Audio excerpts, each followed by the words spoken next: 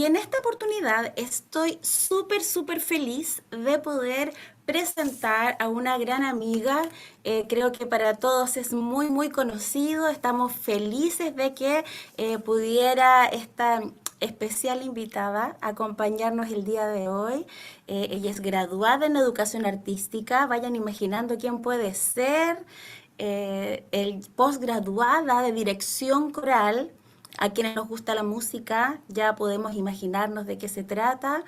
Cuenta además con muchos años de experiencia como educadora musical en escuelas primarias, en conservatorios, en las áreas especialmente de música infantil y muchísimas acciones más.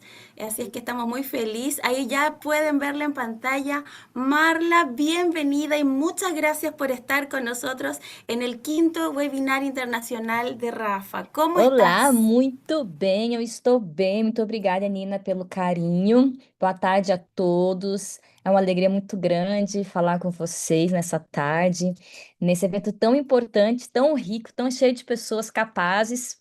E é uma alegria poder estar aqui com vocês e compartilhar um pouquinho também da minha história.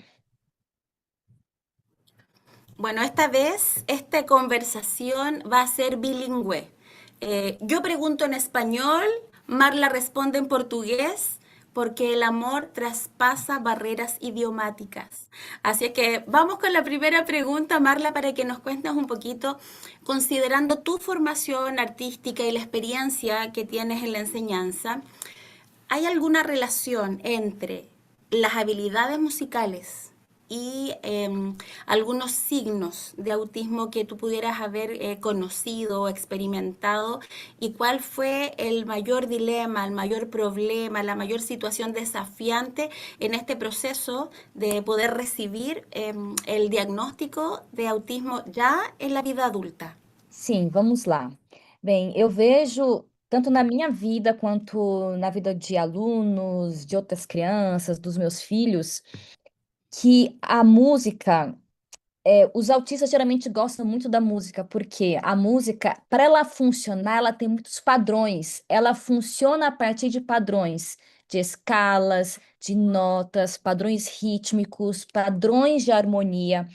E isso traz um conforto para a gente. Todos os autistas entendem. Padrões são ótimos, a gente ama padrões, coisas que funcionam com regras. E a música, ela é assim. Além disso, a música é uma linguagem que não precisa de fala. Então, ela tanto acalma quando a gente está em crise, quando está nervoso, está desregulado, a música ajuda muito a acalmar. E às vezes, muitas vezes, os autistas não conseguem falar em palavras, expressar aquilo que eles estão sentindo, mas conseguem tocar. Isso extravasa os sentimentos.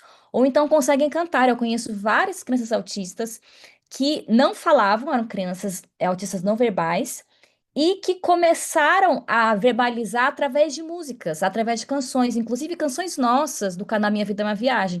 A minha sobrinha, por exemplo, ela é autista não verbal, ela começou a falar as primeiras palavras através de músicas.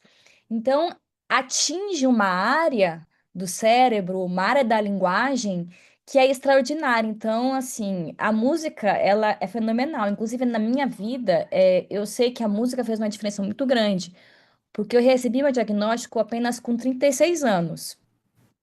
E eu vejo que a música ajudou muito a eu desenvolver habilidades na minha infância e adolescência que me ajudaram até mesmo a mascarar o autismo, porque desde muito nova eu estive envolvida em atividades da igreja, atividades da escola, tocando em orquestra, cantando, sendo solista, participando. E isso eu tive interações com muitas pessoas, muitas viagens, muitas coisas. Então, assim, eu estava ali treinando habilidades sociais através de uma habilidade que para mim era intrínseca, que era o talento musical. Então, receber o diagnóstico foi bem difícil, porque eu não fazia ideia.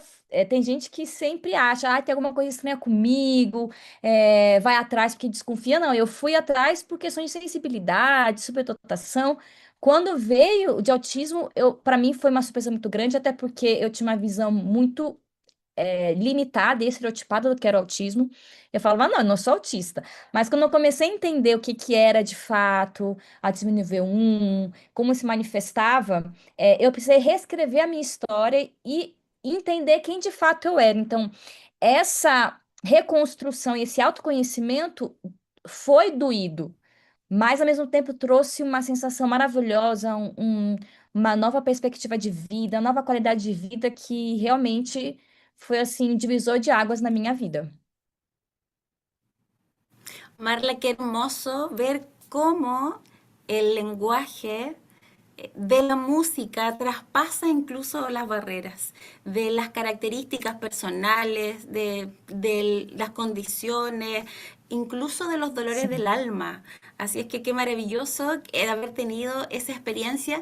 Algo comentaste con respecto a esto de enmascarar, a propósito, ¿cierto?, de la experiencia musical. En tu experiencia como profesional, como maestra, muchas experiencias de camuflaje tuviste que vivir y aún así eso hace que el diagnóstico en mujeres sea mucho más difícil, ¿no? De poder dar en el clavo, poder llegar a un diagnóstico preciso. Cuéntanos un poco tu A experiencia con gente eso. sabe que com as mulheres é muito mais difícil, até porque os critérios diagnósticos, eles são baseados em meninos, né?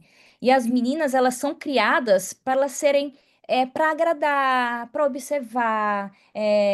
Não existe, assim, um preconceito com meninas que são mais tímidas, que são mais recatadas, mais quietas. Não existe isso. Então, assim, é o normal, é a personalidade. Ou então é sensível demais. E a gente também, as mulheres, elas são mais observadoras, então a gente tem uma capacidade maior de reproduzir o comportamento do outro através da observação. Então, eu sou assim, eu sou é, é, hiper observadora, eu consigo captar e observar e modulando isso para me adaptar a uma determinada circunstância. Então, essa capacidade que a gente tem das mulheres faz com que o autismo fique muito menos visível, né? E também as nossas crises, elas são muito mais internas. A gente colapsa por dentro do que por fora. Isso é uma verdade muito grande na minha vida. Então, assim, eu sempre fui uma pessoa, como eu te falei, falei para vocês na música, eu sempre estava na frente, cantando, em evidência. Então, as pessoas olhavam para mim e achavam que era uma pessoa. é, Sociável, porque eu estava sempre ali, tímida, mas dentro de mim, para mim era uma dificuldade me expor, uma dificuldade interagir, não era algo confortável para mim. É, e dentro vinha carregando ali uma ansiedade, uma irritabilidade, sempre uma frustração por não conseguir corresponder ao que as pessoas queriam para mim em termos de socialização, que eu só me libertei do hipodiagnóstico. Eu entendi, ok, eu sou assim, existe uma razão para eu ser assim, então agora eu posso agir conforme aquilo que eu realmente sou, conforme as minhas dificuldades. Então isso traz uma paz muito grande. E esse colapso interno fica muito mais tranquilo, porque você não luta mais contra aquilo que está dentro de você. Así es. Me imagino, amiga, que en casa el ritmo, la música, se vibra desde la mañana hasta la noche, desde que abrimos los ojos hasta dormir. La armonía, el ritmo, la música. ¿Cómo funciona en casa de una familia neurodivergente? ¿Cuáles son los desafíos que esto trae? Pero también cuáles son aquellas armonías, aquellos elementos tan hermosos de vivir música en casa, en esta familia que tiene características Olha, não particulares. é fácil, não é nada fácil. Ficou mais fácil depois dos diagnósticos, porque terapia, né, para todos, ajudou muito. Medicação, acompanhamento, tudo isso melhorou muito a nossa qualidade de vida, que antes era realmente muito difícil. Antes a gente tinha nossas dificuldades, cada um, né, com as suas dificuldades, a gente sabe que cada autista tem maneiras diferentes, sensibilidades diferentes, cada um tem a sua personalidade dentro do próprio espectro, né? Então, entender qual que era a dificuldade de cada um, e tentar se adaptar. O mais difícil, porque assim, todos têm a sua rigidez, todo mundo tem o seu momento ali difícil, e tem momento que tem que ver quem tá menos pior para poder ajudar, quem tá ali tá conseguindo melhor gerenciar a situação. É, Não é fácil, mas a gente tem aprendido muito, principalmente com conhecimento, com autoconhecimento. E a música, ela tem realmente um papel muito grande, porque a música é o hiperfoco do meu esposo, por exemplo. Então, para ele faz muito bem emocionalmente estar envolvido com a música. Isso para ele faz muito bem. Então, a harmonia da casa fica melhor quando você trabalha com aquilo que você quer, né? O meu filho, ele é superdotado, além de autista, para a área da música, então a música também está muito presente na vida dele. Para mim também, a gente senta para cantar, senta para tocar, tudo isso traz um senso de propósito para a gente. A gente trabalha com música, e por mais que a gente tenha nossas dificuldades, sociais, por exemplo, em eventos, saber que a gente está naquilo que faz diferença na vida das pessoas, isso une a nossa família de uma forma que ultrapassa as nossas dificuldades.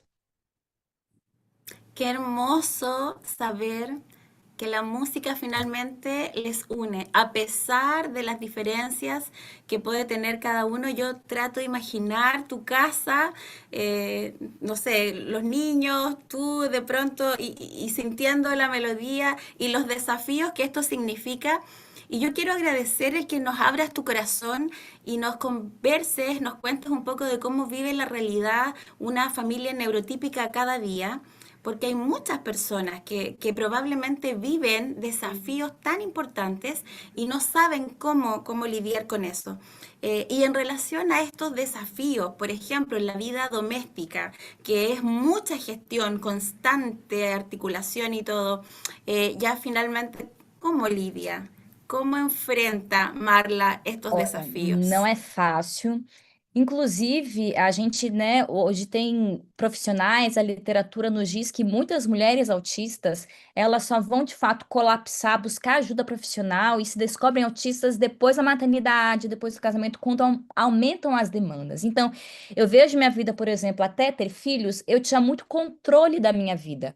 O que eu fazia, controle do meu tempo, controle da ordem da casa, que é muito importante para mim. Se as coisas estão fora do lugar, estão bagunçadas, sujas, isso me desregula de uma maneira e eu travo e eu não consigo fazer.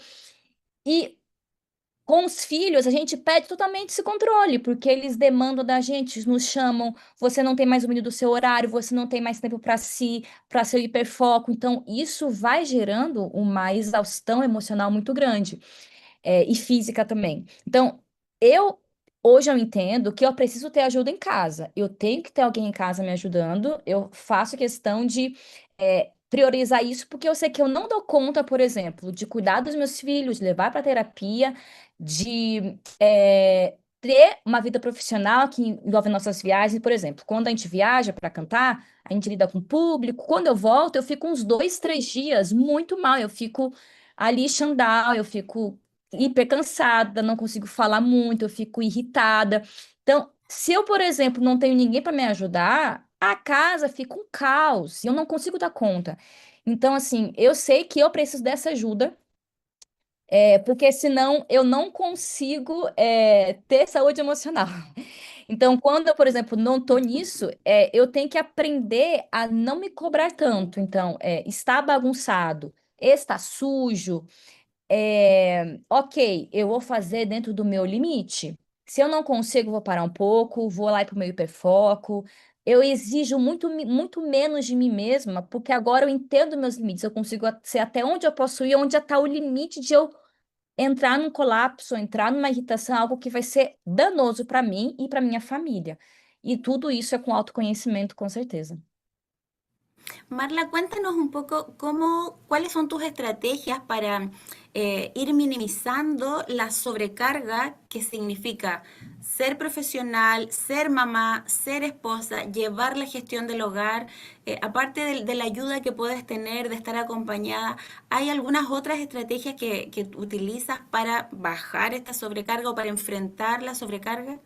É muito importante eu conhecer os meus sinais. Então, qual que envolve meu trabalho agora? Envolve com meu esposo, 1, 2 vezes por mês eu viajo para cantar com ele, geralmente eventos de crianças. Então, antes da viagem, eu tento ter uma semana mais tranquila. Então, por exemplo, eu sei que eu não posso ter um trabalho durante a semana. Meu trabalho é essas viagens, porque se eu tiver um trabalho intenso durante a semana e viajar, eu sei que eu não vou conseguir. Eu vou colapsar. Então, eu tenho que estar bem descansada antes de viajar. A gente tem uma assessora que ela organiza tudo pra gente. Ela vai dizer exatamente onde a gente vai comer, que horas a gente vai comer, quem vai levar a gente. Então, se é para o restaurante que já sente, eu já olho o cardápio antes, eu já me preparo para não ter nenhum tipo de surpresa. E aí, quando chega no lugar, tem momentos de tirar fotos, de cantar. Então, antes da apresentação, eu preciso ficar quieta. Geralmente, eu pego um livro para ler, que leitura é meio hiperfoco, então eu acalmo ali. Quando vai tirar foto, eu percebo, eu coloco sempre um aparelho no ouvido para os burburinhos me atrapalharem. Eu percebo que eu tô chegando ali, tô ficando irritada, eu já falo, olha, não consigo mais. Aí eu peço licença e me retiro. E entre um momento e outro eu continuo lendo. Então eu vou pegando estratégias que eu sei que me acalmam para eu conseguir exercer a minha função. E aí quando a gente volta de viagem, mesmo assim eu estou extremamente cansada e são uns 2, 3 dias, eu não posso me cobrar nesses dias. Eu sei que meu ritmo vai ser mais reduzido, que eu tenho que ficar mais tranquila, tenho que hiperfocar para eu conseguir me recuperar da viagem. Então, são adaptações que a gente vai fazendo para conseguir exercer a profissão, porque senão não daria. Así es. Muchas gracias por contarnos. Creo que hay muchas madres, habemos muchas personas que a veces entramos en este estrés rápido de querer hacerlo todo bien.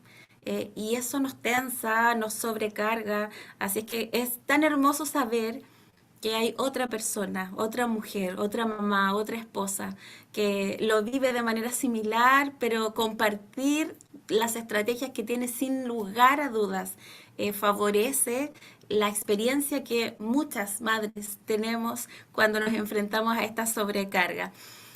Marla, quería contarte que hace unos 6 años atrás escribí el libro Inclusión en el aula para profesores de habla hispana de Sudamérica. Fue un libro que le puse todo el corazón para dar algunas herramientas a los maestros de las escuelas para que pudieran también acoger. Quiero preguntarte, ¿cómo fue escribir el libro Arte y Música? En mi caso, hiperfoco muchas veces, muchos días, 2, 3 días escribiendo, bebiendo solo agua. Quiero saber cómo fue tu experiencia de escribir arte y música, que es un recurso formal para la enseñanza, y cómo contribuyó el tener este pensamiento autista y poner todo el corazón en este libro. Cuéntanos un poco tu experiencia al ser autora de arte y música. Bem, primeiro, eu a música esteve presente sempre na minha vida, né? Eu acabei indo para a área da educação, por mais que eu nunca gostei muito de dar aula, porque justamente a questão sensorial me dava muita dificuldade. Eu descobri isso depois, né? Então, as crianças, aquele barulho, aquele caos na sala de aula, isso me estressava demais. Mas eu tive uma experiência, eu estudei e tudo, e aí quando eu pude fazer esse material para os professores, eu achei um caminho que, assim, nossa, algo que eu gosto de fazer, que eu não estou na sala de aula, que eu consigo compartilhar minha experiência, meu conhecimento. Então, eu fiquei muito feliz de fazer esse material.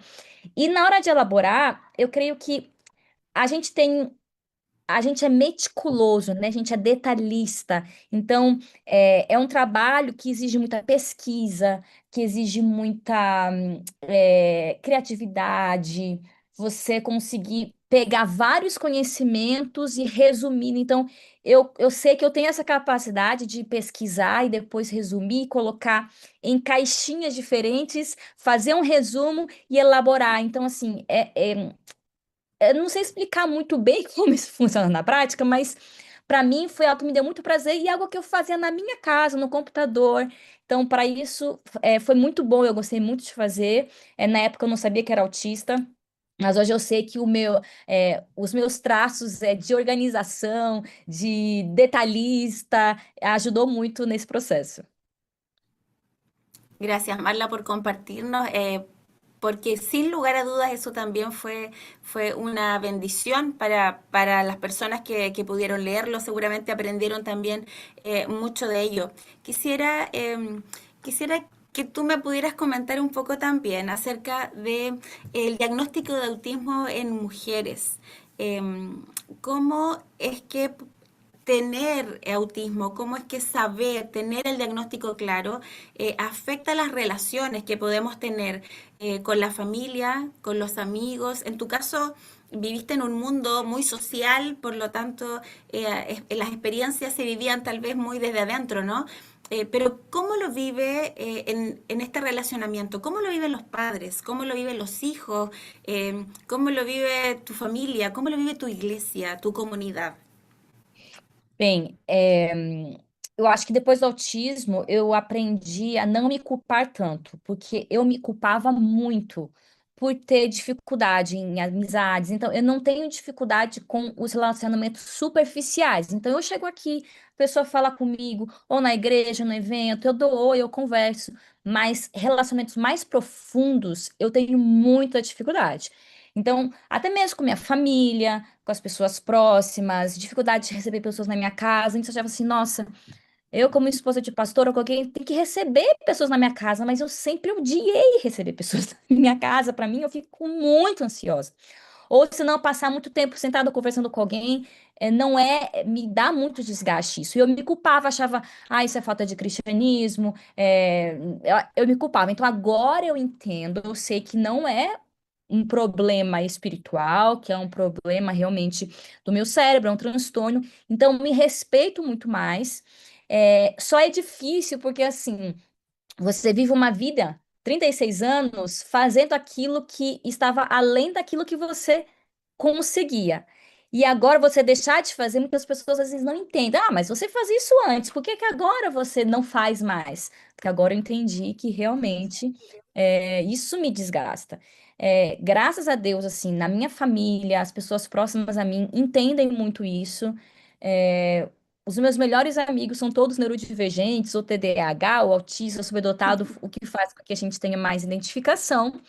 Mas a família em si, ela entendeu muito, entende? É meu silêncio, se eu não quero ir, não vai, se vai na minha casa, vai ficar menos tempo. Eles entenderam, acolheram muito bem as minhas dificuldades, e é muito bom quando isso acontece. Eu sei que isso não é realidade na maioria das famílias, tem muitas mulheres que eu converso que elas falam eu recebi o diagnóstico, mas infelizmente meu esposo não aceita, minha família não aceita, e elas têm que continuar fazendo masking, mesmo perto dos seus, mas é uma realidade que comigo, graças a Deus, não acontece, e eu estou aprendendo cada vez mais a entender meus limites e respeitar esses limites. Qué lindo ver cómo conocernos y cómo amarnos hace que podamos aceptarnos más, que podamos abrazarnos. Hay una frase que utilizan nuestros amigos españoles. Seguramente lo escuchaste muchas veces estando en España. No pasa nada, ¿no? Es una frase que se repite y creo que tenemos que aprender, ¿no? De nuestros amigos españoles. Somos así y no pasa nada. Dios nos ama tan de una manera tan hermosa que cuando logramos aceptarnos, sí, claramente otros también pueden pasar en ese paso de aceptarnos. Oye, Marla, el tiempo se ha pasado tan rápido, pero hay algo más que quisiera que tú nos pudieras contar en relación a lo que yo llamo el estímulo ideal, ¿no? Ya sea un steaming o algo.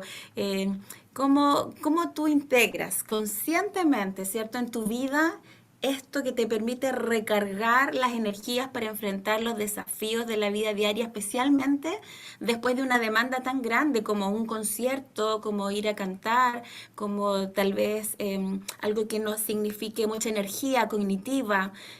¿Cómo te energizas de nuevo? Cuéntanos qué haces. Bem, tenho duas coisas. Primeiro é o senso de propósito. Então, eu creio que as dificuldades sempre teremos, nós autistas, mas quando a gente trabalha com aquilo que a gente sente que é o nosso propósito no mundo, a despeito das dificuldades, a gente vai ver sentido naquilo. Então, assim, fazer concerto, viajar, ter contato com pessoas, para mim é muito custoso sensorialmente, fisicamente, emocionalmente, mas eu sinto tanto que aquilo é o meu chamado, que é o meu propósito, que isso supera as dificuldades e eu coloco isso muito forte no meu coração para conseguir superar tudo que existe de dificuldade. E o segundo é o meu hiperfoco, né? O meu hiperfoco é leitura. Então, assim, eu tenho que estar ali com meus livros, onde eu vou, quando eu estou estressada, estou viajando. Isso faz com que eu me recarregue, que eu consiga relaxar, me regular. Então, todo mundo tem que descobrir, tem que saber qual é o seu perfil, o que que você precisa fazer para poder acalmar. E é quando a gente tem isso fácil à disposição, a gente consegue lidar melhor com as demandas da vida e as desregulações e as crises. Muchas gracias, Marla, por contarnos, por abrirnos tu corazón, por mostrarnos la intimidad de tu hogar, de tu vida diaria, que sin duda es un refuerzo, nos anima a todos quienes tenemos un pensamiento neurodivergente. Tu ejemplo, tus experiencias nos animan. Yo quiero agradecer que hayas compartido con nosotros este espacio. Quiero enviarte un abrazo grande a tu esposo, a los niños y Obrigada. nuevamente muchas gracias por compartir con nosotros este espacio.